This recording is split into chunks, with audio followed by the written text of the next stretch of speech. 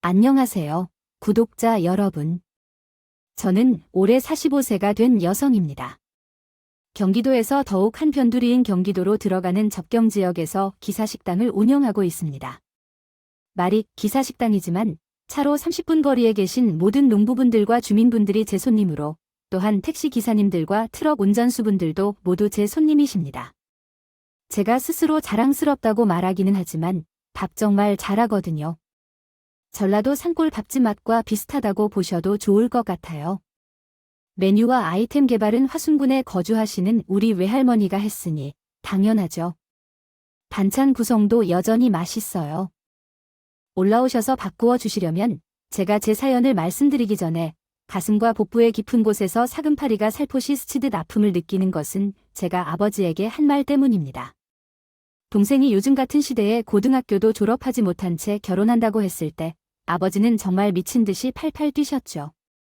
밥상은 허공으로 날아가고 전화기는 화분으로, 청소기는 공중으로 날아가며 난리가 났었죠.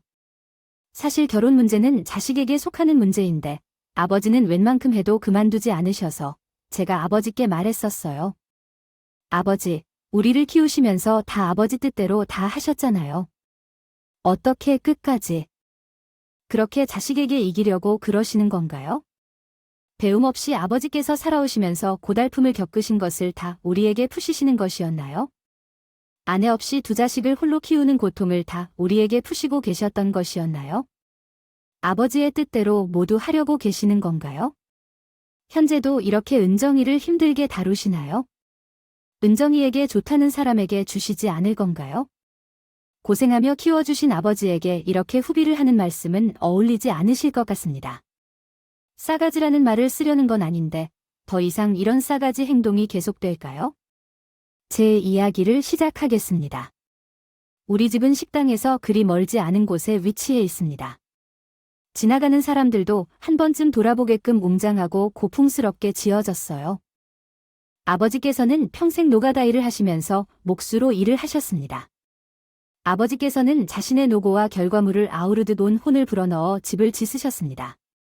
아버지의 재산으로는 이 집 하나뿐이며 건평 67평의 대지에 약 170평의 집이 있습니다. 이 집은 아직 개발되지 않은 동네에 위치해 있어서 땅값이 매우 싸다고 합니다. 우리는 그래서 그냥 아파트에 살면 되지 않느냐고 생각했는데 전원주택은 난방비와 관리가 많이 들기 때문에 둘 다 반대했습니다. 하지만 평생 아무런 공과 없는 것 같아서 적어도 한 채 집을 건축해두면 내가 이 집을 짓고 살았다고 느낄 것 같다고 생각했습니다. 그렇게 위로해주고 그냥 이렇게 하기로 결정했어요. 평생의 위로라고 해두자. 저희는 엄마 없이 자랐습니다. 엄마가 늦둥이인 동생 은정이를 가지고 있었는데 산후가 안 좋아서 알타로 돌아가셨다고 합니다. 엄마가 동생을 임신하고 늦둥이라 조심해야 한다고 아버지가 말했었군요. 엄마를 친정으로 보냈던 걸 어렴풋이 기억합니다. 제 어릴 때부터 느낀 것은 아버지가 되도록 엄마 이야기를 안 하고 싶어하는 듯한 눈치였습니다. 제가 딱 10살 때 태어난 여동생 은정이는 자매지만 엄마를 대신해서 지켜왔기 때문에 그저 동생이 아니라 겁니다. 엄마가 돌아가신 후 아버지는 미친 듯이 일에만 매달렸기 때문에 새벽에 나가서 저녁 9시가 다 되어 들어오셨을 때 동생을 돌봤습니다. 둘 다 공부를 못했어요. 아버지도 공부해라고 하신 적이 없었고요. 사실머리는 대부분 부모의 유전인데 아버지는 바깥에서만 일하러 다니시고 엄마가 해야 할 일은 아버지가 해주셨어요. 그래서 도시락도 만들어주시거나요. 엄마는 건강 상태가 좋지 않았고 모든 재산을 난배기에 투자한 후 우리에게서 떠나셨습니다. 우리 집은 가난했어요. 아버지는 버는 돈의 60%를 빚 갚는 데 사용하고 남은 40%로 세 식구를 먹이고 지내셨으니 정말 힘들었을 겁니다. 그런데도 아버지는 우리 둘을 집안에 없는 딸처럼 보이지 않게 애써주셨습니다. 은숙이와 은정이는 학교를 다니며 보면 집안의 딸로 보일 수 있도록 노력하는 집안 자식이 아니겠습니까? 어쨌든 너희 아버지는 대단한 분이시어서 계란 후라이 하나 해서 우리 식사 그릇에 공평하게 나누어 주시고 당신은 찬물에 물을 타서 고추장에 찍어 드셔도 좋은데 말입니다. 우리의 옷차림은 단정하고 이름 있는 메이크업을 하고 신발도 신었으니까요. 우리는 학교에서 가져와야 했던 돈을 한 번도 밀리지 않았고 머리도 한 달에 한 번씩 미용실에 보내주셨으며 목욕탕도 일주일에 한 번씩 꼭 보내주셨기 때문입니다. 부잣집 자식들이 워크맨을 들고 다닌다는 것을 아신 그날 잠도 안 잤을 정도로 새벽에 일어나 아르바이트를 하고 저에게 워크맨을 사주셨다. 그러나 그런 점을 제외하고는 좋은 기억이 별로 없습니다. 우리를 너무 잡으셔서 엄마 없는 애들이란 소리를 듣지 않게 하려고 했나 봅니다. 아주 사소한 실수를 해도 다른 사람 집 자식들보다 3, 4배 정도 잔소리를 들어야 했기 때문이죠. 얼마나 몇 번이나 남학생들과 길에서 얘기하지 말라고 몇 번을 말해야 했는지요. 그런데도 그게 부족해서 편의점이든 뭐든 거기 의자에 앉아 깡패들처럼 모여 앉아 웃고 떠드는 모습을 보았습니다. 동네가 사라지고 심지어 다리에 회초리를 설치했다면서도 할 일이 한 가지 더 있는데 바로 그 학교에서 친구를 왕따하는 짓거리 앞장서는 것이다. 너 그 짓을 왜 하는 거야? 그것은 사람으로서 내가 하는 짓이 아니라고. 뭐 말이 되냐? 친구를 혼내줄 생각 없어? 내가 다리가 휘어지게 마구 빼돌리는 게 제대로 된 짓이 아냐? 학교에서 선생님이 다시 그런 일로 전화하라고 귀찮게 했으니 저기서 죽던지 너 죽던지. 아버지의 그 힘든 근심을 우리가 덜어주겠다 생각하며 그 감정이 어느 정도 오를 것 같아. 이런데도 아버지의 모든 것에 이해를 했고 그거에 결심한 계기는 아름다운 것을 모두 안겹히고 그 일에 발벗고 거의 살았던 거라고 생각해 그날은 만드는 추위 속에 환기가 좋은 겨울 날이었지만 학교에 다녀와 집에 왔다. 그랬더니 마루로 올라가는 돌담에 아버지 신발이 있었어. 춥기 때문에 일정이 없어서 일찍 들어오셨나요? 그 신발이 그렇다면 시장에서 파는 털 고무신이 있어요. 지금 생각해보면 아버지는 그때 40대 초반이셨어요. 젊으시죠? 그 털 고무신이 아버지의 신발인 건가요? 요즘에도 10,000원, 2,000원에 파나요? 그 털 고무신도 뒤축에 끈 자국이 있는 건가요? 그런데도 우린 아버지가 메이커 운동화만 사주시면서 운동화도 여러 켤레 있었어요. 그렇게 우리는 아버지의 이야기에 따르며 살다가 딱 한 번 동생 결혼 때에 저는 반항을 한 적이 있었습니다. 그 외에는 항상 아버지의 말을 따르는 얌전한 딸이었다고 생각해요. 나는 자신을 나름대로 책임지고 있어요. 17살 때 맞이했던 엄마의 빚 문제도 이제 해결돼서 우리 집이 대체로 어렵게 가난한 상황인 것은 피할 수 없었죠. 고등학교를 졸업하고 남대문 시장에서 좌판을 벌려 옷장을 운영하고 계시는 언니에게 따라가게 되었어요. 그렇게 조수노를 타고 시작으로 나도 현실에서 경험을 쌓기 시작했어요. 아버지와 함께 힘을 합쳐 돈을 모았습니다. 아버지, 내가 도와줄 테니까 우리도 다른 이들과 마찬가지로 집을 소유하며 살아보자고 부탁했어요. 내가 벌어오는 돈으로 우리 가족을 위한 식사와 생활비를 아꼈고 아버지가 보시는 돈은 모두 저축해 우리가 빨리 집을 사는 것에 동참했어요.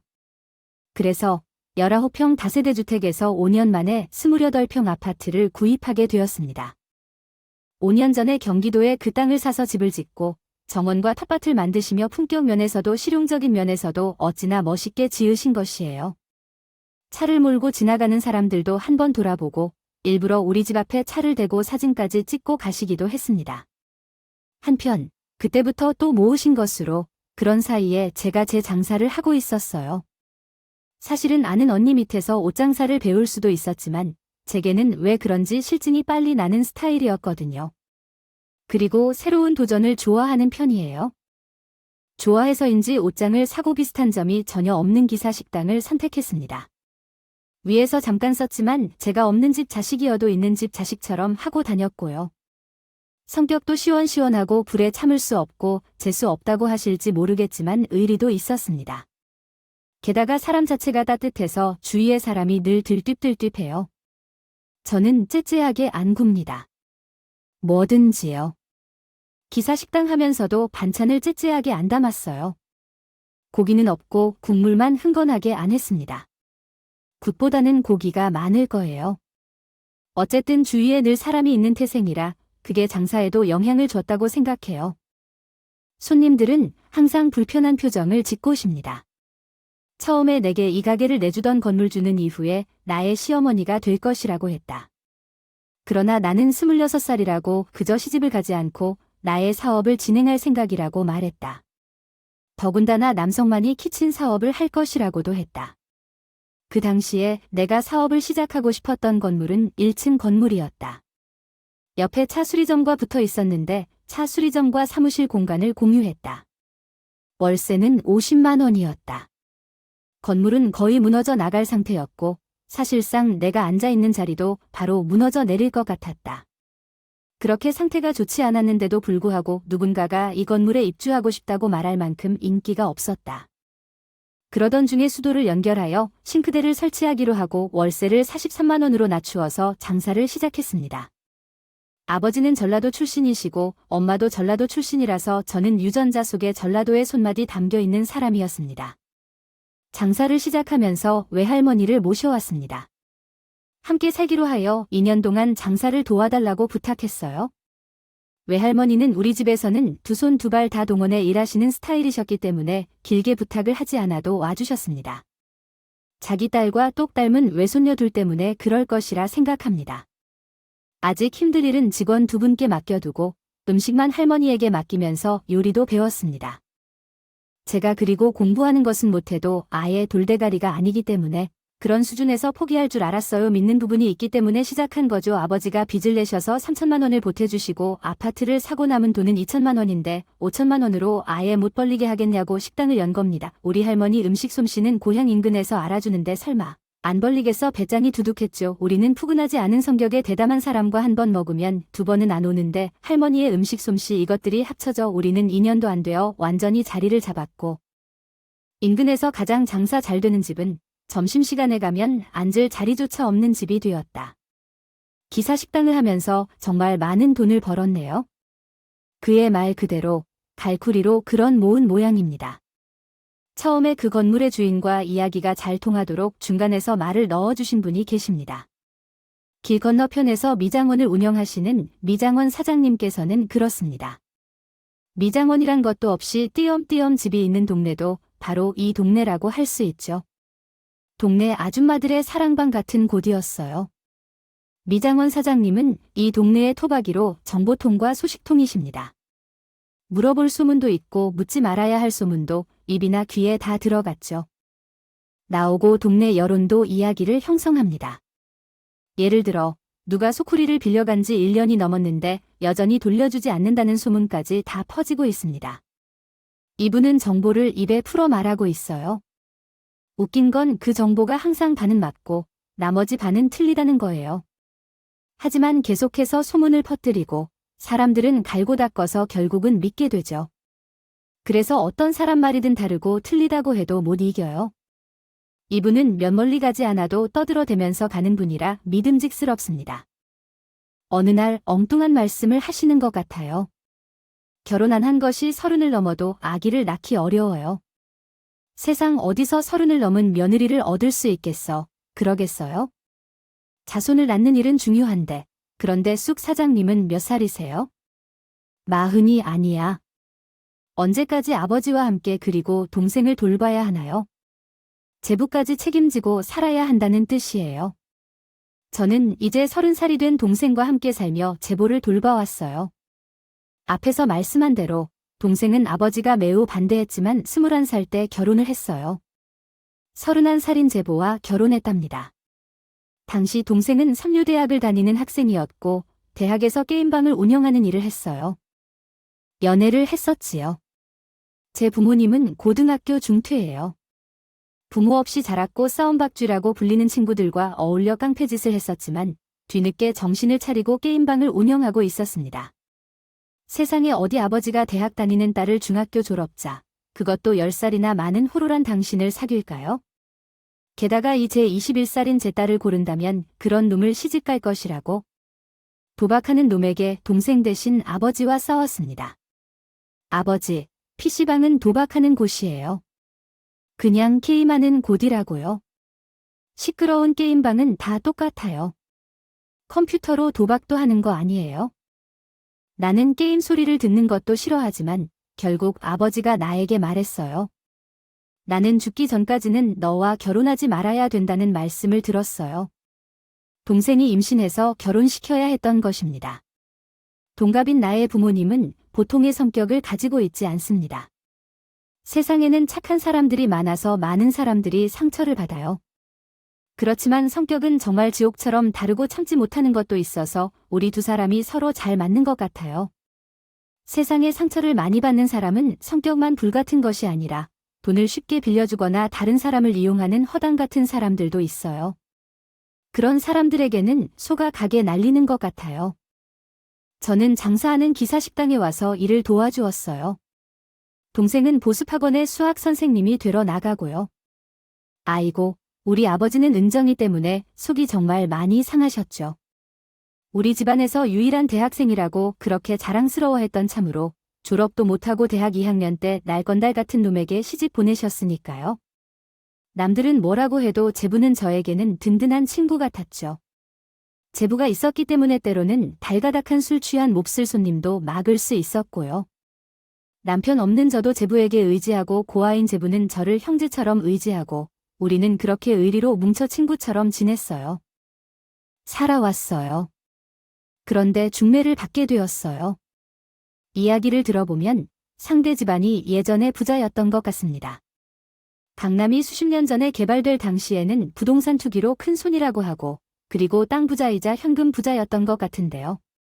어쨌든 집안 누가 뭘 잘못했던지 많은 재산을 날려서 현재는 여기 건물하고 경기도의 어딘가에 있는 2층짜리 원룸 건물 하나를 가지고 있다고 합니다. 게다가 배우자분도 카센터를 운영하셔서 둘 다 열심히 일해서 돈을 모아서 살면 부러워할 만할 것이라고 하더군요. 그 원룸 건물은 나중에는 다 쓰기도 할 수 있는데요. 조건이 좋으니 아버지께서는 당연히 좋아하실 거고 제부모님도 좋아하신다고 말씀하시죠. 와, 혹시 형님이 생겼다는 건가요? 형제랑 소주 한잔 하게 될 것 같네요. 남자 형제가 생기는군요. 와, 정말 놀랍네요. 시집 가실 테면 저는 제 집을 팔더라도 떡 준비해 드릴 테니까요. 미장원 사장님이 말씀하신 것처럼 신랑 후보가 있어요. 단 한 가지 단점이 있고 아들 한 명이 있지만 그런데 시어머니가 결사 반대하시니 마음 편히 안 살아도 되고 생활비도 안 들여도 되네요. 그것이 바로 행복한 삶인 거죠. 게다가 여자는 촌스러운 사람이라고 생각하시는데 사실 그렇게 어렵지 않아요. 쓰기 사장이 말씀하신 게 귀중한 조언이 될지도 몰라요. 세상은 그런 식으로 돌아가는 법이죠. 솔직히 말해서 전문직으로 일하며 배운 게 있어요. 여자들이나 남자가 마음먹어도 촌자리에 가지 않는다. 우리처럼 이런 상황에서 살면서 노처녀들은 촌자리에 가는 게 쉽지 않아 인정할 건 인정해야 속이 편해지지 않겠냐. 그래 그런데 주기 사장은 초혼 자리가 아니야? 게다가 나이도 1살 차이 나니 수기 사장과 자기 아들을 연결시켜달라고 시어머니 쩌리가 직접 말했었다. 그날은 제부에게 장사 맡기고 일찍 집에 들어왔다. 아버지는 오늘도 집 곳곳을 수리하고 계시더군요. 아무래도 목수이신지라 지은 지 4년 된 집은 항상 고쳐야 할 것이 많은 것 같다. 취미로 사십니다. 물론 일도 하신다. 평생 노동으로 굳어진 몸이 있어서 놀면 몸살이 난다고 하셔서 아르바이트를 하시기 위해 가끔씩 나가셨던데요. 제가 열심히 일하고 벌어들인 돈이니까 안 버셔도 된다고요. 정원의 파라솔 아래 앉아서 정원 가득 찬 풀벌레 소리와 먼 강에서 불어오는 나뭇가지를 흔드는 바람을 들으며 아버지와 둘이서 마시는 맥주는 정말 천상의 맛이었어요. 아버지와 이야기를 나눈 끝에는 중매 이야기를 들었는데 기뻐하셨죠. 그리고 뒤이어 너만 알고 있어? 은정이에게는 미리 이야기할 필요가 없어. 가진 재산은 바나 이거네인데 앞으로 계획하고 죽을 거야? 아이고, 그래봤자 몇 억 안 될 텐데 은정이에게 주어도 돼요 라고 하시며 끝까지 이야기를 들었습니다. 화텔카게 구는 사람을 딱 싫어하는데 생긴 것도 밉지 않고 이해하기가 어려울 정도로 오종종하게 구는 사람을 딱 싫어하는데 매사에 시원시원하게 구석이 없고 화통하더군요. 또한 얼마 후 인근 20분 거리에서 카센터를 한다는 남자와 선판을 봤습니다. 이에 저는 내가 가지고 있다가 나눠 가져줄 생각이었는데 노여먹고 살 능력이 있으니 주지 않더라도 되겠겠지. 그리고 못난 자식을 더 챙겨주고 싶어서 은정이네에게 주려고 했거든. 그러나 은정이는 그래도 남편이라고 있지 않냐? 그런데 너도 어쩌면 결혼할지도 모르고 그럴지도 모르고 앞으로 알 거야. 김서방이 무슨 짓을 잘 치고 사람을 속을지 잘하니까 은정이 앞으로 못 남겨주게 된다고 하네요. 불황과 함께 농원을 놓으면 재밌겠네요. 잠시 먼저 해보고 놀랍도록 웃긴 상황이었기 때문에 그날의 이야기를 계기로 모이게 되었고 결국 가게 쉬는 날이라 집에서 제 집까지 불러 모으게 되어 우리는 첫 만남부터 친해지게 되었습니다. 사실 연인보다는 친구처럼 발전한 관계였죠. 저는 이 지역 또라이들을 다 알고 있고 모두 소주 한 잔씩 마시며 점점 더 가까워지고 있어요. 그래서 우리 심령이 서로 가까워지는데 이렇게 서로 얼굴을 한 번도 못 봤네요. 이런 술 잘하는 사람이라면 분명히 제 귀에도 들어왔어야 하는데 그렇죠. 이 지역에서 운영하는 우리 식당에 아는 사람 없는데 20분 정도의 거리에서 사업을 하면서 한 번도 오지 않은 것이 정말 신기하고 궁금하죠. 때로는 서울에서 하다가 이사 온 걸까요? 1년도 안 되었을 때 저녁에 가게로 찾아온 그 사람과 커피숍으로 가서 커피를 마시는데 뜻밖의 이야기를 했어요. 엄마가 제 식당 건물 주인이라고 하더라고요. 엄마께서 제 마음에 들어 하셔서 중개를 넣은 것이고 자기가 워낙에 덜렁덜렁 대충 사는 사람이라서 저같이 똑 부러진 사람을 붙여주고 싶어 하셨다는 겁니다. 사실 기분 나쁠 일은 없었죠. 제가 마음에 들어서 추진한 일인데요. 남편과 그 다음 주부터 한 달이 지날 동안 매일같이 데이트를 했습니다. 데이트는 별거 아니라 남편이 매일 우리 가게에 와서 점심과 저녁을 먹고 저녁에 집에 데려다 주는 거예요. 사실 지역사회에서 활동할 것이 별로 없었죠. 없었기도 하니까요. 그리고 나이가 먹을 만큼 먹은 사람들이라 그 한 달 사이에 진도를 많이 못 뺀 것도 사실입니다. 그런데 이상한 건 며칠이 지나도 길에서 만나면 밥도 먹고 우리 직원 아줌마들과 이야기하는 것이 즐거웠던 미장원 사장님은 중개를 연결시켜 주시면서도 일체 밝히지 않으셨더군요. 요즘은 미장원 사장님이 발걸음이 무뎌지셔서 식사장의 이야기는 많이 궁금해하더라도 없을 때를 귀신같이 알아채고 와서 커피 한 잔이라도 같이 하러 오라고 하면 어느 날 길에서 마주쳤는데 왜 내 눈을 피하시는 건지 이상하다고 해요. 워낙에 말 때문에 동네에서 문제를 일으키셨다가 한동안 응가하고 그러셨던 분이어서 크게 신경 쓰지 않았습니다. 선물 본 지 한 달이 되었을 때 남편이 차 안에서 청혼을 했다더군요. 엄마는 원룸 건물에서 나오는 월세를 사실 때문에 오히려 엄마가 도와주시기로 했습니다. 결혼하면 우리가 엄마에게 생활비를 드릴 일은 없고 어쩌고 하는데요. 이렇게 빨리 청혼을 받아들이는 방식이 웃긴데 나는 김경태 씨와 결혼하나요? 누가 알려줬어요? 그랬더니 그럼 결혼해야지 안 한다면 여자들은 이렇게 고견이 없어서 어떻게 할까요? 라며 뻔뻔스럽게 했지만 나는 싫지 않았습니다. 그렇게 우리는 시모가 이를 이루어 주어서 결혼까지 하게 된 겁니다. 우선은 사람이 밝고 웃기고 명랑한 게 좋았으니까요. 남들은 결혼하고 1년 정도는 계속 달콤하다고 하지만 저는 3개월 만에 모든 것이 산산조각 나기 시작했어요. 신혼여행을 다녀오고 3달이 지날 동안 남편이 생활비 명목이랍시고 돈을 구경시켜 주지 않는 거예요. 일을 말하고 식당이 한가한 시간에 창밖을 보며 생각하다가 그 아저씨들이 왜 그렇게 많이 피워대는지 모르겠어요. 저도 다른 식당들처럼 흡연 장소를 갖지 않을까 생각해봤어요. 담배를 피울 때는 확실히 꺼두고 가는 게 어때요? 의미도 없는 말을 중얼거리는 그러한 짧았다고 해도 제멍한 제 시선 속에서 옆가게인 카센타 수리점으로 승용차 한 대가 한가하게 들어가더군요. 그 순간 갑자기 머릿속에 떠오르는 거예요. 제가 남편 가게를 한 번도 가본 적이 없다는 사실이. 남편 가게 직원들도 결혼식장에서 봤으니까요. 차를 주차하고 남편 가게에 갔더니 가게 앞이 사람들로 시끌시끌한 겁니다. 지나가다가 얼핏 보니 주차 문제로 옥신각신하는 것 같았어요. 남편 가게는 3층짜리 건물이고 2층과 3층은 가정집이고 아래층이 카센터고 옆은 다세대 주택이거든요. 직원들이 맞이해 주더라. 남편은 없었습니다. 어디 갔냐고 물으면 대답을 안 하는데요. 제 눈길을 피하는 거예요. 대답도 시원하게 안 해주는데 묻기도 그래서 다시 가게로 돌아와 저녁 장사를 했습니다. 그날 저녁에 집에서 만난 남편에게 낮에 어디 갔냐고 하니까 친구가 와서 커피 마시러 나갔었다고 하더라고요. 남편의 월 수입이 제가 벌리는 돈의 4분의 1도 안 된다. 그래서 남편에게 생활비를 달라고 할 생각은 안 했습니다. 그렇지만 결혼한 부부니까 남편의 수입을 맡기고 싶은 건 여자의 마음이거든요. 그래도 자존심상 먼저 말을 꺼내지 않았습니다. 30살이었다면 말씀드릴 거예요. 그러나 노인의 말을 하고 싶지 않더라고요. 그 즈음에 우리 시어머님께 뜻밖의 일이 생겼어요. 결혼 전에 시어머님이 제게 가족이라면 동관계는 철저히 해야 함을 알지라고 하셨죠. 월세는 변함없이 꼬박꼬박 제 날짜에 넣어주라며 나도 그것을 바른 것으로 보고 했어요. 며느리로 맞아들였으니까 내 돈은 내 것, 내 돈은 내 것이죠. 저도 어머님과 가족이니까 월세에 차질을 빚을 생각은 전혀 없었지만 먼저 그러신 것이 좀 기분 나쁘더라고요.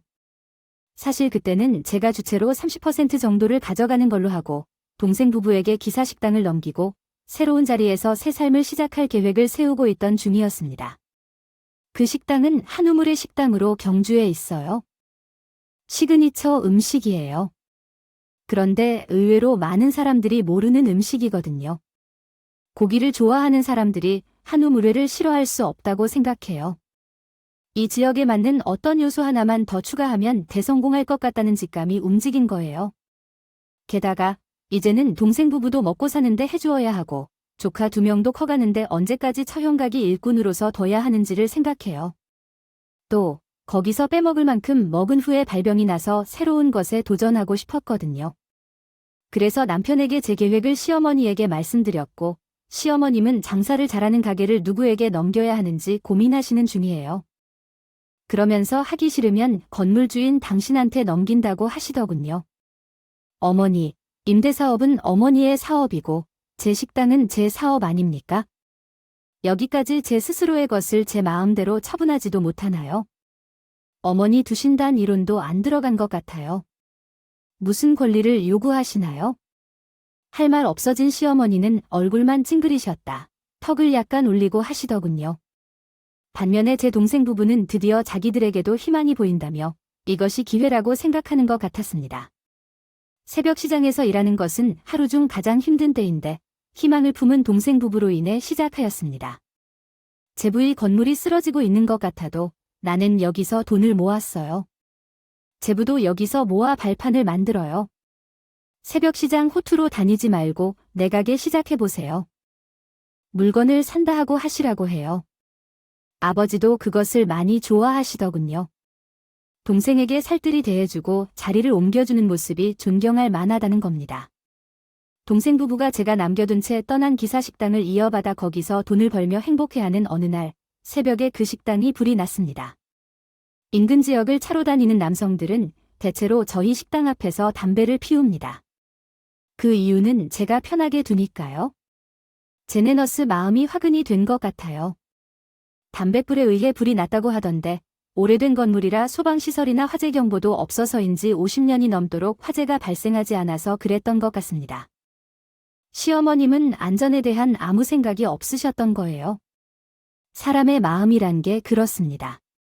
좋은 건물이거나 새 건물이면 안전한 사람 또한 안전에 신경을 썼을 거예요.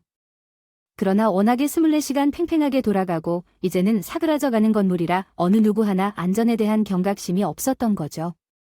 평생토록 돈 좀 모을 만하다 생각하면서도 다른 사람에게 속아서 날려가며 살았던 제부는 술에 빠져들어갔습니다. 그럼 내 팔자에 무슨 희망이 보일 거라고. 태어날 때 부모에게 버려진 팔자에 어떤 희망이 있을 거라고. 저요, 미안해요. 재수없는 나 때문에 저 형까지 애기를 끼어들게 했네요. 시어머니가 어떤 종류의 사람인지를 이번에 제대로 알게 되었습니다. 남의 건물을 불러서 건물을 완전히 새로 짓고 그 위에 사업을 해야 한다는 것입니다. 네, 사실 맞는 말이죠. 우리가 불을 냈으니 우리가 새롭게 짓는 것이 맞습니다. 하지만 공적인 일은 맞는데도 며느리로서 서운한 감정이 없을 수 없더군요. 가족이 이렇게 서로 부족한 부분이 있다는 것이 하나 같은 거예요. 불이 나서 생업표가 사라지고 세상이 무너진 것처럼 느껴지는 며느리에게 그렇게 말하는 것입니다. 미장원 사장님께서 오랜만에 와서 입차를 튀기며 시문이를 욕하셨다고 하더군요. 사장님, 이 건물이 50년 된 건물이든 5일 된 건물이든 남의 건물이에요. 불능고는 맞아요. 그러니까 제가 지어드릴게요. 더 이상 아무 말씀도 하지 마세요. 속만 뒤집어지니까 쑥이 사자. 꽃밭을 치워주세요. 과부 달러 빚을 내더라도 지어주세요. 가벼운 다리도 치우세요. 아니, 내 말 믿고 치워주세요. 모르면 모르지만 써도 괜찮죠. 하늘에서 돈이 무더기로 내려올 테니까 몇 억 정도는 그때 경험이 없어도 지어주세요. 전 그 도무더기 이야기가 아무리 달콤해도 귀에 쏙쏙 들지 않았어요. 불행은 연타로 찾아오니까요.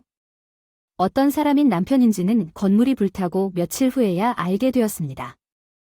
기사식당을 지나가는 원래 단골 손님들이 하나같이 불난터를 치우고 있는 나를 바라보며 안타까운 듯이 몇일 전보다 더 강하게 쳐다보고 있어요. 그중 한 손님은 내 속사장이 아직 모르는 것 같아서 와타카센터가 신랑 아니야.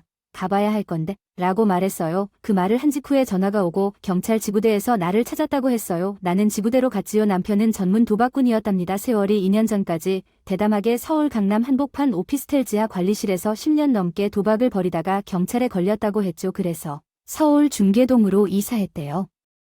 중계동 백사마을이라는 곳은 서울의 마지막 달동네가 철거되고 그 뒷산을 타고 산에서 전국에서 이름을 떨치는 에이스 중의 모임꾼들이 도박을 벌인 적이 있습니다. 그 방법이 선도가 되어 자리를 옮겨가며 전국의 야선을 타고 도박을 벌였고 대박을 터뜨리기도 했습니다.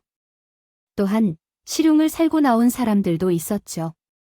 그 중에는 1년 전에 이곳에 흘러들어온 사람들도 있습니다. 이제 정말 다시는 하지 않겠다는 약속을 엄마에게 수만 번 했을 것입니다. 그 약속을 믿고 시모님이 카센터를 얻어주셔서 2층을 도박꾼들과 함께 도박장으로 꾸며 놓았어요. 함께 생활하면서 주차 문제를 일으킬 일이 전혀 없다고 해요.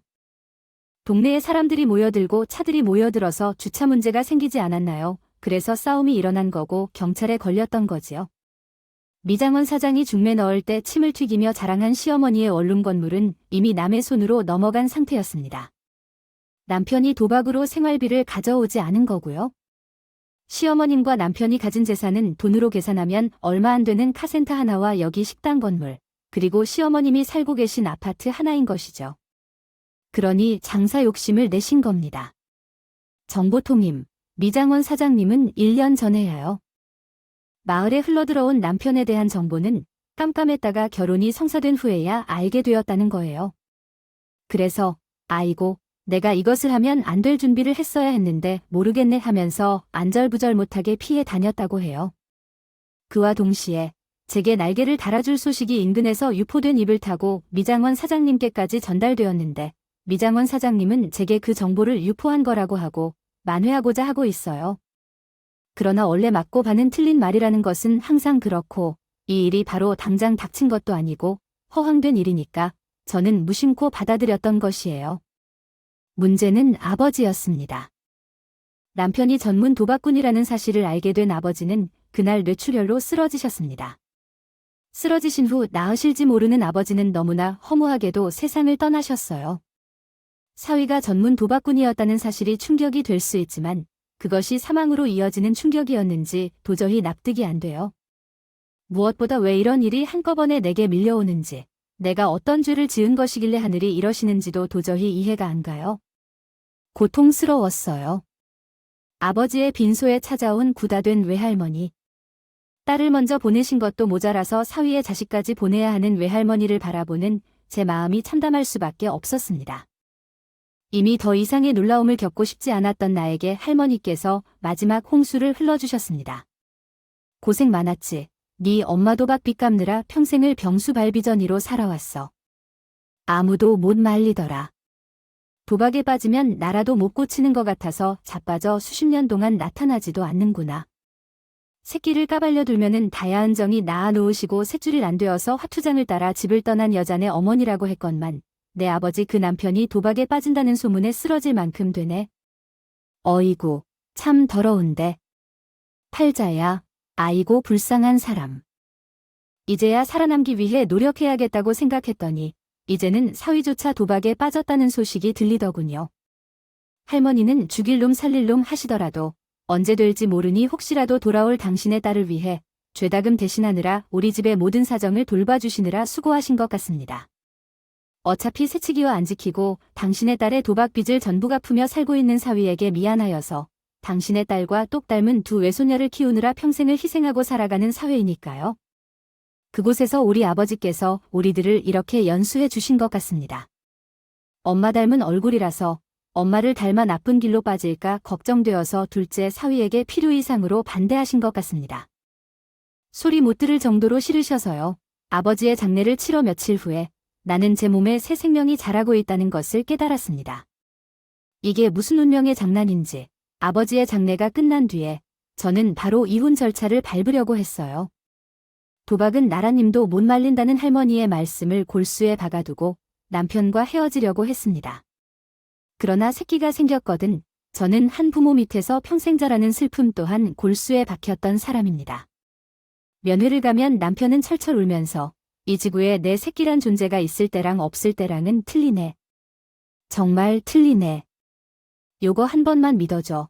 나 한 번도 도박에 손대면 그때 당신 뒤도 돌아보지 않고 가도 돼 여보. 아이를 낳아주실래요? 한 사람을 살린다고 생각하고 나를 따라와 주세요. 나는 그 아이를 통해 새롭게 태어날 거예요. 도박은 고칠 수 없는 병이라는 것 영화나 드라마에서도 많이 보았고 세상에 익숙한 나는 알고 있었어요. 그러나 이것이 내게로 닥치자 갑자기 끊기가 어려웠어요. 그래서 나는 차분히 고민에 빠졌었죠. 어차피 안에 있는 사람이 더 들 것도 없고 생각 없이 아이를 무사히 낳는 것이 중요했기 때문에 그 의미를 시어머니가 제게 붙여 산다는 의미로 이해하셨죠. 40 넘은 나이에 기적처럼 자식이 나왔으니 그 자식이 유일한 태양이기에 그 자식을 위해 참고 살겠지요. 건물은 완성되었습니다.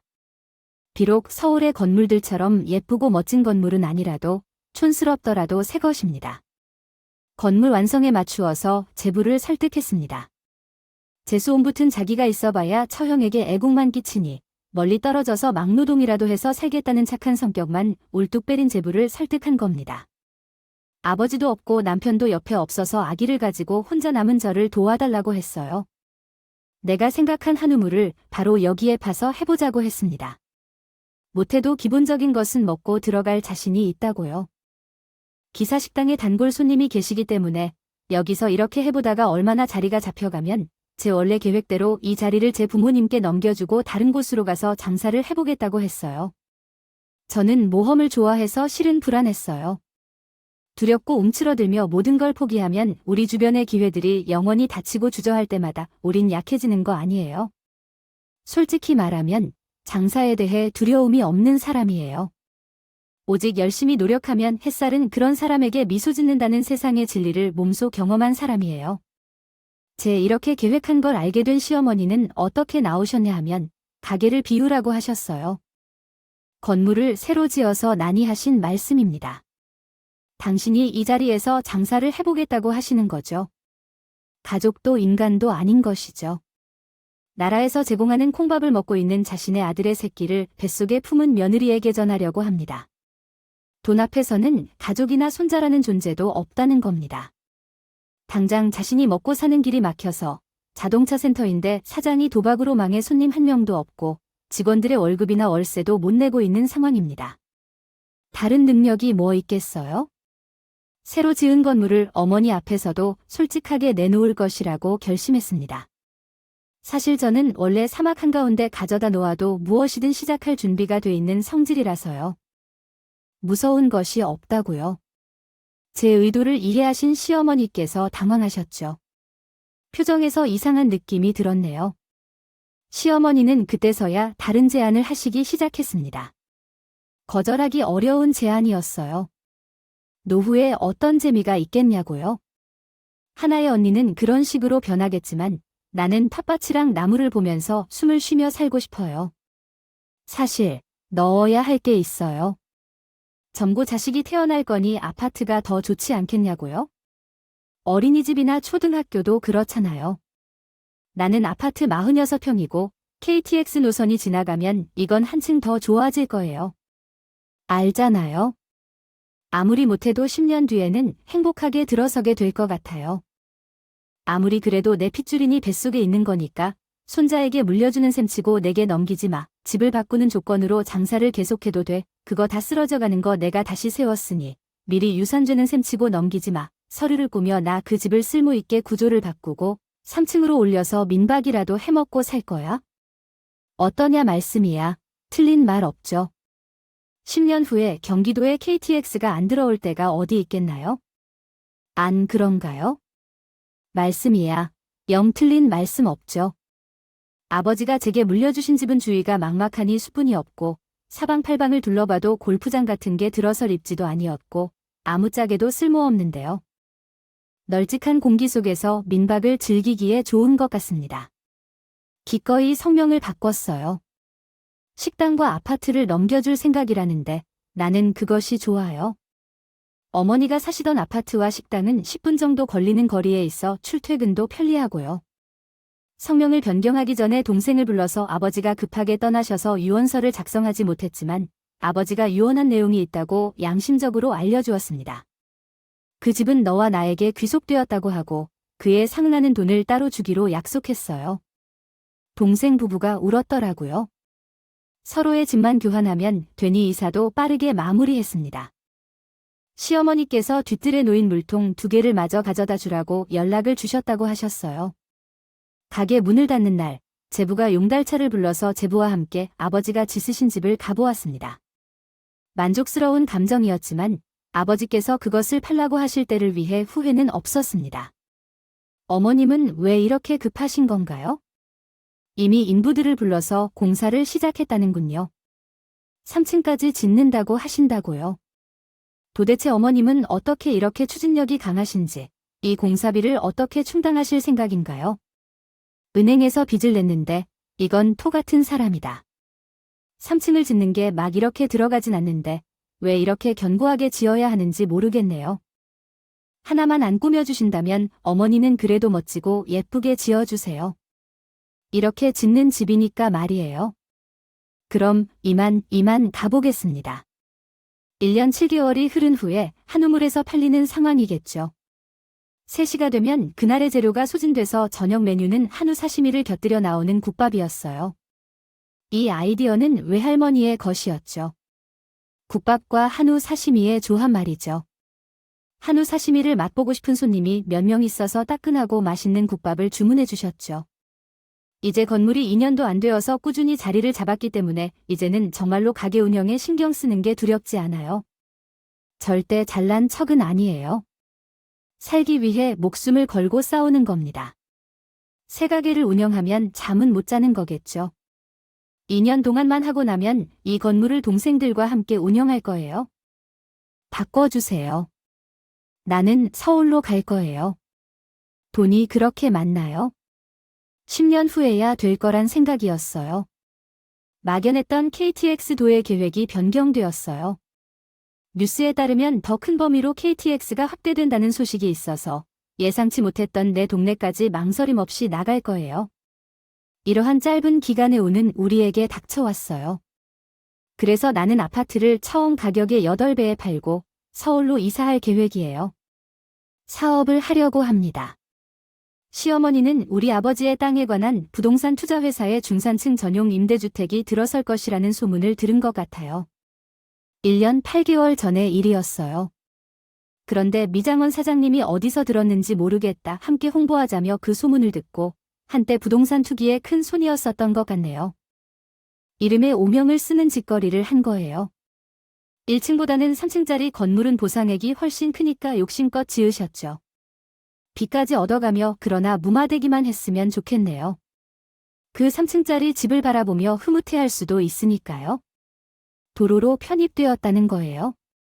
부산이야 뭐 그게 얼마나 하겠나요. 땅값이 워낙 싸서 도로로 편입되어도 거기까지 큰 손해는 없었을 것 같습니다.